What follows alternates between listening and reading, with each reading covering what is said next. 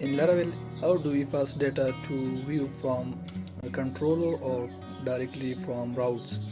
So here I have endpoint on power/URL, and I'm returning a view, test view. Here is the view, and I'm passing the data with the name, and the name is Tauseed Zaman. If I refresh here, as you can see, it works fine. But what if here I am displaying that data, but what if I do not pass this data? Then it will show an error. What if I want to make this optional? Then how we can do this in Laravel? So we use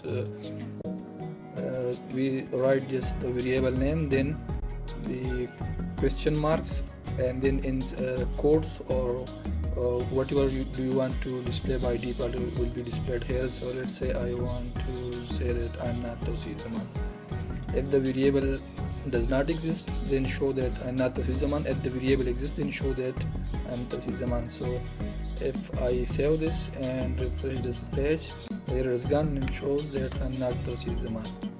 And if I pass the data again here, the name, and refresh, as you can see, it is using the variable which is passed to that. And if we don't pass that variable, then it will show the default value, not Tauseed Zaman.